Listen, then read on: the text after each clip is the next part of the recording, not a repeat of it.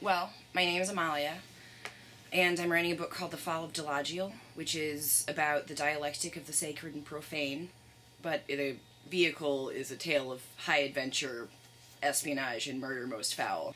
A science fiction novel, you could say, although it has none of the hallmarks of science fiction as far as the narrative goes. The science fiction element is that there is a naturally occurring antibiotic that people have access to. The presence of this naturally occurring antibiotic, which is a commodity in the book, causes wars. It's mostly about a war between two religions, although it doesn't start out as a war. It starts out as espionage, turns into a war. Okay. The antibiotic is only being produced in one place, so they have, in that culture, complete control over the production of it, and anyone else has to pay exorbitantly to get it. They have a monopoly.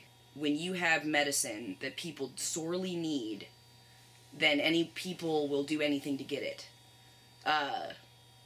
And if that is put economic pressures on or go to war over, that's true in our world as well as theirs.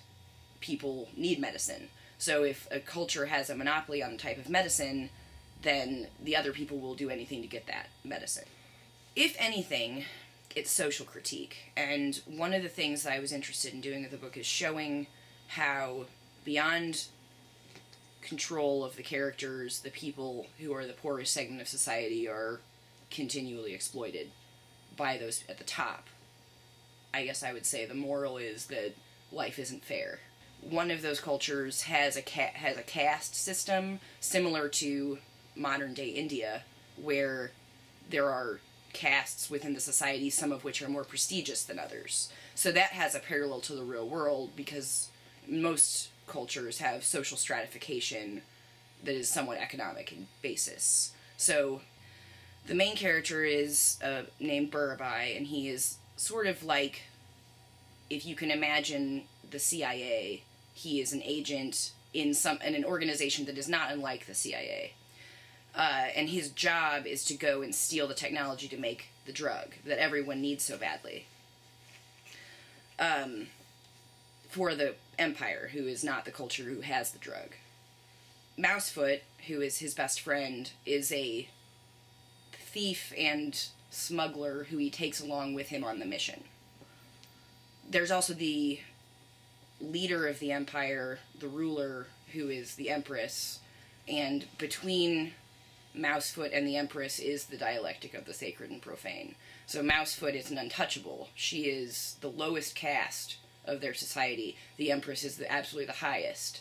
So Barabai, in trying to find a space in between them, is exploring these extreme opposites. And much of the book is about him trying to choose between these two things that, in his mind, are opposites.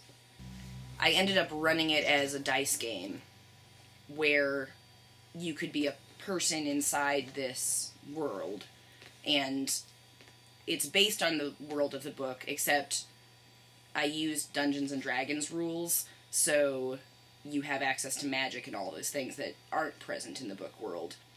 The thing that the game does for me is that hearing other people talk about the subject matter gives me ideas about the way characters would talk about the subject matter of the book. Some of the characters have made it into the book. I had to completely change them in order to make it fit, but people have come up with names that I really liked. Like, there's an untouchable who became a main character in the book that started out as a game character named Patches, and I liked the way the character was created so much that I inserted them into the book, even though supposedly Patches shouldn't have been alive for another 75 years. But first of all, I thought of the idea 10 years ago, and I've been thinking about the idea for a decade. I started writing it multiple times and then threw away everything I'd written over and over again. It wasn't until last year that I actually was happy with anything I wrote. So the idea had a lot of time to form before I was able to ever put pen to paper. Or type on the computer, actually. But it's a lot of hours. I tend to work in the middle of the night. everyone else is asleep, I sit at my computer typing for hours. I tend to write in binges where I'll write like 50 pages over the course of a couple weeks and then not write anything for a couple weeks. It's the best thing I've ever done. I went to college for art.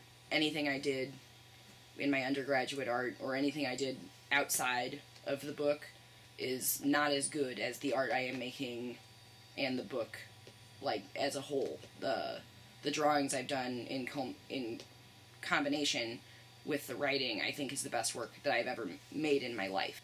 I'm proud of what I've done, I would say. And I think that, you know, the next step is publishing, which I've never tried to publish a book before, so we'll see how that goes. But everyone who's read it has said I should try to get it published, so. This interview is over! Okay. Rah!